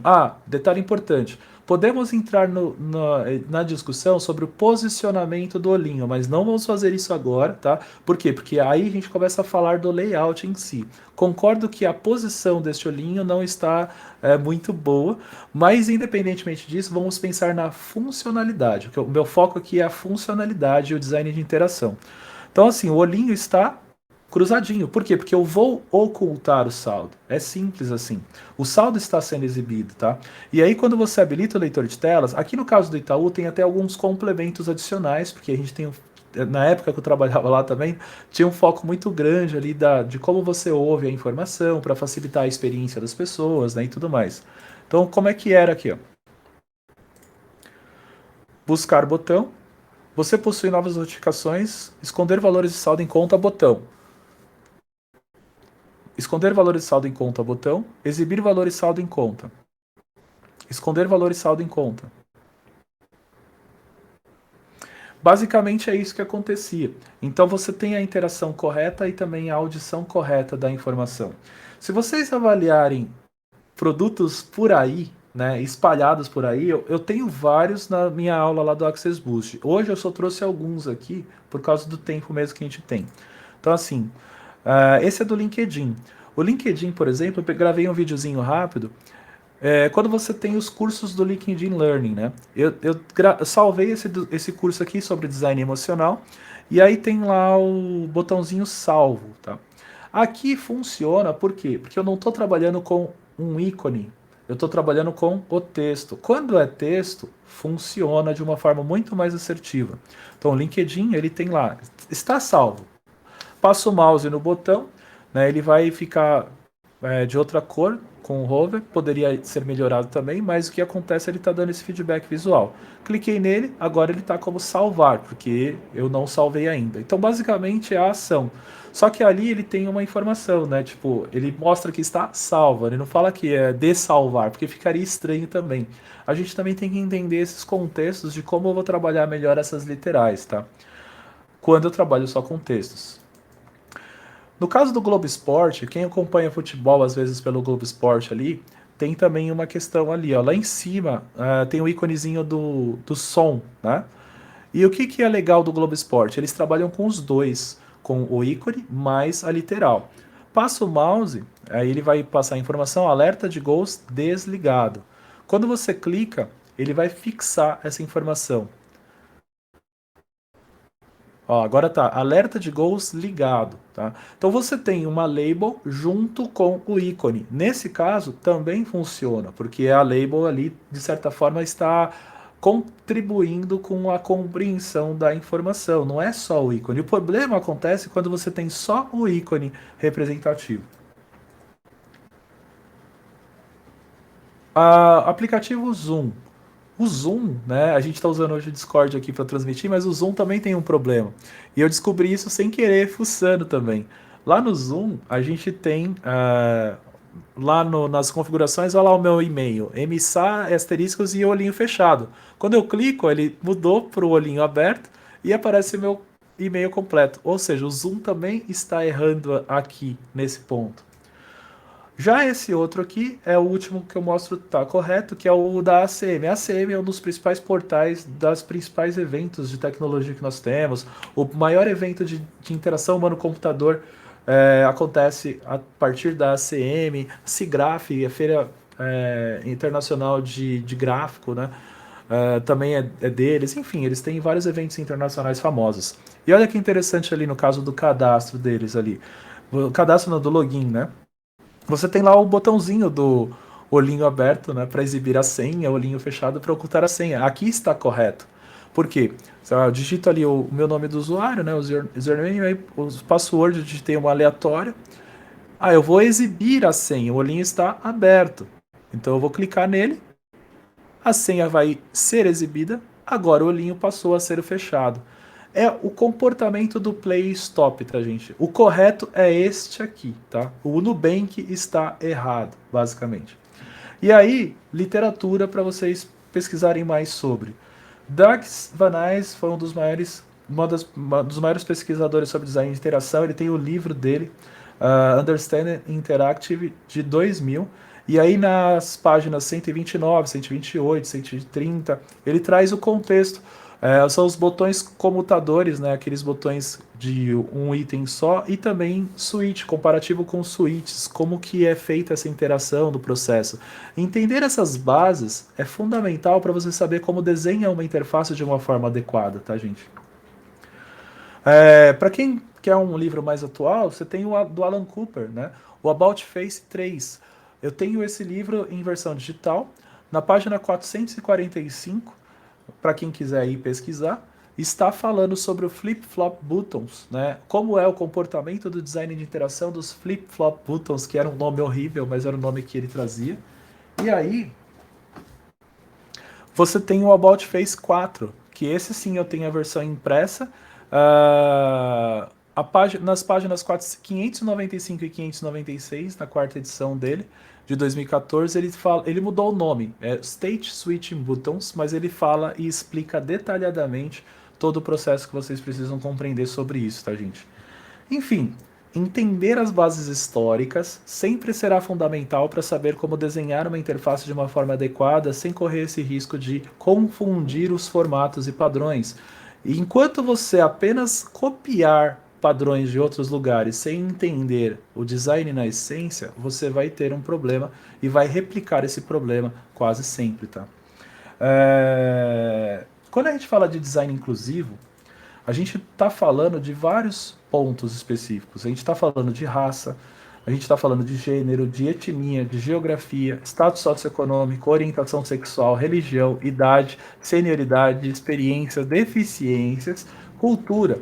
Tudo isso está relacionado com o design de interfaces também, porque as interfaces elas precisam se comunicar, principalmente quando você trabalha com um produto global, né, onde culturas são diferentes, onde compreensões de informações são diferentes. Você precisa tomar muito cuidado e trazer esses contextos de uma forma adequada para evitar qualquer tipo de utilização indevida ali nos padrões, justamente para evitar gerar mais confusões, né? Um livro que eu recomendo é o Business for Everyone, da Annie Jean-Baptiste, que ela é líder de design e inclusão do Google. Também vale muito a pena a leitura. Não tem versões em português também desse livro. Uma última frase que eu vou deixar aqui para a gente, de tudo isso que eu mostrei aqui com relação a contextos históricos e tudo mais, e é uma indicação de livro também, é do Mike Monteiro, que é o livro Ruined by Design, que também, infelizmente, não tem versão em português. Os bons livros, gente, infelizmente, não tem versão em português. E ele traz o seguinte, ó, como os designers destruíram o mundo e o que podemos fazer para consertá-lo, né? Aí ele tem esse contexto e essa frase que eu tirei do livro aqui, ó. Quando você decide para quem está projetando, está fazendo uma declaração implícita sobre para quem não está projetando. Durante anos nos referimos a pessoas que não eram cruciais para o sucesso dos nossos produtos como casos de sucesso. Estávamos marginalizando as pessoas e estávamos tomando a decisão de que havia pessoas no mundo cujos problemas não valiam a pena ser resolvidos. Quando a gente lida com design, design é acessibilidade na essência. A acessibilidade é design na essência. Quando você trabalha com o visual das informações, você está comunicando algo. E dependendo da forma como você cria esse visual, você pode estar comunicando de uma forma incorreta, fazendo com que a pessoa não tenha a compreensão adequada para chegar na informação final. Então a gente tem que ter todo esse relacionamento e toda essa preocupação. Então o design visual não é só a telinha bonita, tá, gente? A telinha bonita é impactante, é essencial, claro que sim, para diferenciar o seu produto dos outros. Mas vai além das telinhas bonitas. Eu preciso entender o que está por trás das telinhas bonitas, porque enquanto eu não entender isso, eu vou continuar replicando padrões incorretos no mercado. Até mesmo um banco como o Nubank, copiando ali padrões incorretos porque alguém viu em algum momento, em algum lugar, que deveria ser daquele jeito. E gera confusões porque a pessoa não se aprofundou e não consultou as bases históricas de conhecimento. Eu finalizo com a frase do Frank Caimero. Pessoas ignoram design que ignora pessoas. A gente não deveria ignorar pessoas se a gente quiser verdadeiramente colocar as pessoas no centro. E se a gente quiser verdadeiramente colocar as pessoas no centro, eu vou precisar compreender comportamentos. Design de interação e interação humano-computador são essenciais para essa compreensão. Era isso, gente. Eu passei muito aqui do horário também. Posso ficar um pouquinho, alguns minutos, responder algumas dúvidas com vocês aqui, porque a minha esposa já deixou um recadinho do meu lado aqui. A gente precisa ir num evento ali também. Mas desculpem ter passado essa meia hora aqui adicional. Para quem quiser manter contato comigo, tá aí os meus contatos. Mas é isso. Agora eu abro aqui para algumas dúvidas que vocês tenham, alguns comentários. E é isso, gente. Espero que tenha sido claro o suficiente. Pessoal, só lembrando, caso vocês queiram fazer alguma pergunta, até. Ah, eu acho que o Marcelo saiu sem querer. Não, eu tô aqui. Ah, tá, é que tu parou de compartilhar a tela. Eu parei de compartilhar só. Aí sumiu aqui pra mim você. Mas enfim. Mandem aqui no canal dúvidas, tá? Só pra ficar mais fácil pra encontrar as dúvidas ali também. Ó, eu consigo ficar mais 4 minutinhos com vocês. Dá para responder umas 2 ou 3 dúvidas aí, gente. Pode perguntar. Você chegou a encontrar o canal ali, ô Marcelo? Eu tô vendo as mensagens de vocês. Qual que é o canal que você quer que Tem um canal de texto ali, é em cima do canal de voz do Fala Tribo. Tá escrito dúvidas. Dúvidas? Beleza, abri aqui, achei. Deixa eu ver ali. Maurício Correia, vamos na ordem então. Maurício Correia, deixe suas perguntas aqui, Marcelo ali no final. Maurício Correia, e se desenhar a tabela em um caso que seja ícones super comuns, tipo perfil, home e menu? Precisa ter os labels? O que acontece, Maurício, é o seguinte: o que é super comum para você pode não ser para todo mundo. Vou dar um exemplo. As pessoas que não conhecem muito bem tecnologia, desenhe para sua avó, por exemplo, né? Tipo, para o seu avô, né? Pessoas que talvez não tenham acesso à tecnologia, não tenham costume. As pessoas que estão se inserindo neste momento na tecnologia, às vezes as pessoas podem não ter acesso da mesma, ou não ter a percepção da mesma forma que nós temos, que usamos isso no dia a dia. Então o super comum, ele é relativo. Não é super comum para todas as pessoas. Então, quando a gente lida com a acessibilidade, a clareza e a previsibilidade nas informações são fundamentais. Você não pode trabalhar com os achismos. Os achismos têm que ser deixados de lado mesmo, tá? A gente tem que sempre trabalhar em facilitar a informação. Vou dar um exemplo prático sobre o exemplo que eu falei, até voltando lá do advogado. Hoje em dia tem um contexto chamado Visual Law, né? A lei visual. Por quê? Porque termos jurídicos são complexos e complicados. Coloquem no Google aí o termo que eu acabei de falar, Visual Law. Law é L-A-W. Vocês vão ver a quantidade de pessoas criando textos jurídicos com desenhos, né? Porque fica muito mais fácil das pessoas entenderem. E assim, esses desenhos estão sempre associados a uma label, ou deveriam estar, né? Algum texto, alguma legenda e tudo mais. Porque facilita, né? Não é só o visual, você está pensando em todas as situações possíveis e, nesse caso, facilitando a compreensão de termos jurídicos e complexos e afins. Basicamente é isso. Você não pode supor, Salles, pô, mas o espaço que eu tenho é muito reduzido. Beleza, aí você tem uma justificativa que você não vai ter como colocar o texto e tudo mais. Mas sempre que você puder, os exemplos que eu mostrei das tab bars ali, todos eles tinham espaço. Não colocaram porque não quiseram.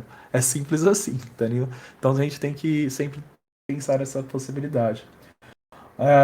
Vou ver aqui a do Fernando. Para quem trabalha numa empresa que possui baixa maturidade com UX, como introduzir o tema e as boas práticas para entendimento geral? Fernando, aqui não tem muito almoço grátis. Você vai ter que. É o que eu falei. Primeiro, gente, a gente tem que aprender a engolir sapo. A gente vai engolir muito sapo. A gente vai tomar muito não na cara. Eu perdi a quantidade de não que eu tomei na cara. E você tem que ser cara de pau. É o que eu falei, faça às vezes na clandestinidade, faça sem envolver as pessoas. Se você tem um tempinho adicional ali, você vai adicionando coisas e depois você mostra, você fala, puta, olha o que eu fiz aqui. É claro que você também tem que buscar os aliados certos. Às vezes você tem um gestor ou uma gestora que não te apoia. A pessoa tem picuinha com você, não vai dar certo. Procure mesmo pessoas de outras áreas, porque você vai buscando os aliados. Aí você conquista uma pessoa aqui, uma pessoa ali. É politicagem, gente. Política. O mundo é político. Você vai ter que conquistar pessoas para essas pessoas estarem do seu lado e, consequentemente, você vender a ideia depois. Sozinho, você não vai conseguir evoluir. E é um processo literalmente de formiguinha mesmo. Não tem muito. Não tem uma receita de bolo aqui. Tem o poder de argumentação, e esse poder de argumentação você só vai conseguir tendo muito conhecimento e muita facilidade de comunicação. O, o Rian ali comentou: Fala, emissários, tudo bom? Quais seriam as boas práticas para produzir interfaces mais acessíveis? Cara, tem muita boa prática, mas eu diria para você começar pela WCAG. O guia WCAG é o material que eu construí porque facilita a compreensão, tá? Mas a WCAG, ela não é só uma sopa de letrinhas. Ela tem muitas dicas que estão por trás ali, e a minha recomendação é ir fundo nessas dicas, tá? Vou dar um exemplo prático, ó. Vou te mostrar, vou voltar a compartilhar com vocês, só para vocês entenderem o nível que a WCAG pode chegar, tá, gente? Quer ver? Eu vou voltar. Aonde que eu volto aqui mesmo? Eu voltei no Fala Tribo, né? Ó, voltei pro Fala Tribo. Vou compartilhar a tela aqui novamente. Que eu só vou mostrar uma coisinha aqui para vocês, ó. Esse é o guia da WCAG. Aí eu vou entrar em. Deixa eu ver aqui. Nós pausamos. Vocês estão vendo? Ah, vocês estão vendo ali agora. Agora eu percebi. Eu vou abrir só um item aqui que é o relacionado a contraste, tá, gente? Todos os critérios têm o link para a diretriz completa. Um deles é esse aqui, ó. Contraste. Cadê? Contraste melhorado? Não é o. Aqui, ó. Contraste não textual. Quando você clica no link, você vai para o critério mais completo possível. E aqui todos os critérios são assim, tá, gente? E aí você tem todas as informações. Então você tem aqui a intenção do critério, os componentes Marcelo, acho que tá ativos. travado a tela. Travou? Pronto, apareceu agora. Agora acho Aí. que foi aí. Foi. É que eu acho que eu cliquei fora. Aí você tem lá o componentes ativos da interface do usuário, né? O componentes ativos da interface do usuário, ele vai mostrar o seguinte, ó lá. Todos os itens possíveis, ou os limites que você pode estar trabalhando, cores adjacentes da sua informação, iconografias, relação com o uso de cor, que é um outro critério do WCAG, que você não deveria ter apenas cores passando informações importantes da sua interface. Como funciona o foco visível, como que você organiza, que seria um outro critério da WCAG, o foco visível dos elementos. Aqui são só dicas para formulários ali. E aí tem uma pergunta muito comum que a galera me passa, que é o seguinte, ó. Salles, eu preciso ter contraste em elementos inativos ou desabilitados da interface? Gente, está escrito aqui, ó. Componentes de interface de usuários inativos. Os componentes de interface de usuário que não estão disponíveis para a interação do usuário, por exemplo, um controle desabilitado no HTML, não precisam atender aos requisitos de contraste. A WCAG é isso, gente. Ó, você vai ter exemplos gráficos, tudo bonitinho, tudo redondinho, com boas práticas. E aqui, ó, eu estou mostrando para vocês um critério. São 78. Aliás, 88 se vocês pensarem a WCAG 2.2. Então, a minha recomendação, eu vou parar de compartilhar aqui. A minha recomendação é: deem uma aprofundada, deem uma analisada, sim, na WCAG, que vocês vão ver muita coisa lá, gente. Vocês vão ver muita coisa mesmo, tá? Que vocês podem utilizar ali para dicas e muita coisa relacionada à interface, como essas que eu acabei de mostrar aqui agora. Eu queria colocar o link aqui direto para vocês. Agora eu perdi de novo a parte de dúvidas. tô perdido no Discord, gente. Beleza, eu não vou conseguir, não achei aqui agora dúvidas, mas tá tudo bem assim. É o link do guia da WCAG? Eu posso mandar. Eu ia mandar. Tá aqui, ó, pronto, na tribo. Joguei, pronto, tá aí. Achei aqui. Eu mandei no Fala Tribo ali, geral mesmo. Eu só mandei o critério, esse que eu tava com ele aberto agora, mostrando para vocês. É o critério de contraste não textual, tá, gente? Mas esse é um dos 78 existentes. Então, minha recomendação é começar a entrar nos detalhes da WCAG. A internet está nos detalhes, gente. A internet está nos conteúdos densos, tá? E tudo mais. É um monte de conteúdo textual. Vocês vão ter que ler, sim. Tem muita coisa lá. Mas posso garantir para vocês que quando vocês compreenderem o que está ali, pode ter certeza que vocês vão desenvolver muito melhor as interfaces de vocês, tá? Em diferentes aspectos, tá? Não é do ponto de vista de usabilidade, contextual. Essas coisas que eu passei para vocês aqui estão lá em alguns pontos, mas de forma distribuída, tá? Enfim, gente, eu não consigo ficar mais aqui com vocês, infelizmente. Eu tenho que ir porque minha esposa vai vir, daqui a pouco vai terminar o casamento aqui comigo. Só tem uma pergunta ali do Pagano. Pera aí, deixa eu ver ali. Ó. Eu vi agora. O Pagano tá aqui, meu. Que da hora, mano. Fala aí, Pagano, beleza? Deixa eu ver só rapidinho a pergunta dela. Como argumentar para o time de desenvolvimento para incluir as tarefas do time as especificações de acessibilidade? Ah, Pagano, não é no time de desenvolvimento que você vai argumentar. A sua argumentação é para o time de negócios. Por quê? Quem cria as histórias de usuários? Vocês estão criando histórias de usuários com foco em acessibilidade? Vocês estão colocando critérios de aceite com foco em acessibilidade? Definition of Don'ts, Definition of Reds estão com questões relacionadas à acessibilidade? Porque se não estiverem, o time de desenvolvimento nenhum vai priorizar. Por quê? Porque o time de desenvolvimento tem que fazer a entrega deles. E se não está na entrega, como que você vai cobrar? Tipo, ele vai priorizar o que está na história do usuário. Então não é o time de desenvolvimento que você cobra, é o time de negócios que você vai cobrar para incluir nos Definition of Don'ts, Definition of Reds, né, nos critérios de aceite, e assim vai indo. Basicamente é isso. Bom, gente, é isso. Eu acelerei um pouco aqui no final, mas eu não, infelizmente mesmo, eu não consigo ficar mais com vocês, tá? Mas a gente pode sim marcar talvez um momento 2 aí, quando vocês quiserem, mais pra frente. Fiquem tranquilos com relação a isso. De qualquer forma, eu agradeço demais aqui a oportunidade de trazer esse conteúdo e espero que tenha sido claro o suficiente aqui pra vocês, mesmo diante dessa correria toda aqui. Cara, muito obrigado aí. A gente não tem nem palavras para te agradecer por trazer esse ouro aqui para a comunidade. Certeza que ajudou muita gente e me ajudou muito. Então, pessoalmente, pela comunidade, sinto-se abraçado aí, Marcelo, porque ajudou demais, cara. Muito obrigado por disponibilizar essa parte do teu tempo aí e participar aqui com a gente, cara. Não, show de bola. Eu que agradeço o convite. Eu gosto demais, né, trocar essas ideias assim, principalmente com a galera que tá realmente afim de evoluir ali nesses pontos. E, gente, assim, uma última dica que eu posso dar é não tenham pressa, tá? Não tenham pressa. Não adianta vocês quererem correr. Ninguém vai sair especialista de acessibilidade depois de fazer um curso, ou ler um livro, ou ler a WCAG inteira, decorei a WCAG. Não funciona assim. É um processo, literalmente falando, e é um trabalho de formiguinha, é um trabalho eterno. O que me apaixona na acessibilidade, gente, é que assim, independentemente do tempo que eu tenho de estudos, todo dia eu aprendo uma coisa diferente. Por quê? Porque é algo que nos desafia, né? Porque é algo que foge do nosso padrão ali do dia a dia. É trabalhoso, sim. Não dá para romantizar o negócio, dá trabalho estudar, dá trabalho correr atrás das informações, mas depois que você entende melhor ali, você percebe que, puxa, por que eu não tinha pensado nisso antes? Cara, faz toda a diferença, pode ter certeza disso.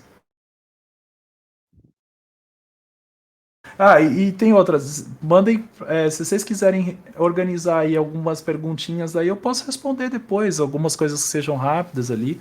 Fiquem tranquilos com relação a isso. Posso tentar fazer isso, tá bom? Legal, a gente pode te mandar sim. Beleza, gente. Agora eu vou ter que ir mesmo, senão vou Vai lá, acabar vai meu lá. casamento aqui.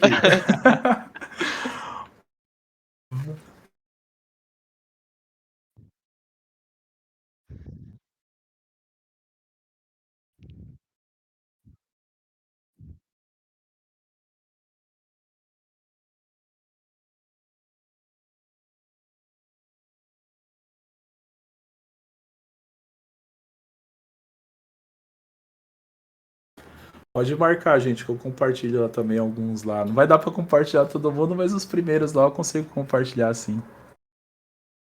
Valeu, gente. Tamo Obrigadão. aí. Muito obrigado, gente. Até mais, Valeu. gente. Tchau, tchau. Tchau.